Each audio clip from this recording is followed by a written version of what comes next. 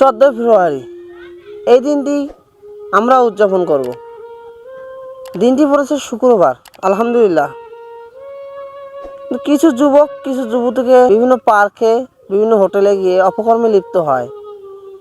তাই হে বোন, তোমাকেই বলছি, তুমি কেন কেন কেন একটি পরপুরুষকে নিয়ে, একটি ছেলেকে নিয়ে কেন তুমি অপকর্মে লিপ্ত হবে কোনো পার্কে, কোনো হোটেলে?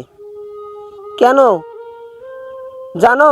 তোমার বাবা, তোমার মা তোমাকে কি ভালোবেসে, কি কষ্ট করে, কি যত্ন আদর করে মানুষ করেছে। তোমাকে বোন একজন সুদর্শন সুপুরুষের হাতে তুলে দেওয়ার জন্য। একজন মেয়ের পর্দা জান্নাতের উছিলা হবে। এবং হে ভাই, তোমাকেই বলছি, তুমি কেনই বা একটি মেয়েকে নিয়ে, বেগানা মহিলাকে নিয়ে তুমি কেন পার্কে যাবে, কেনই বা হোটেলে যাবে?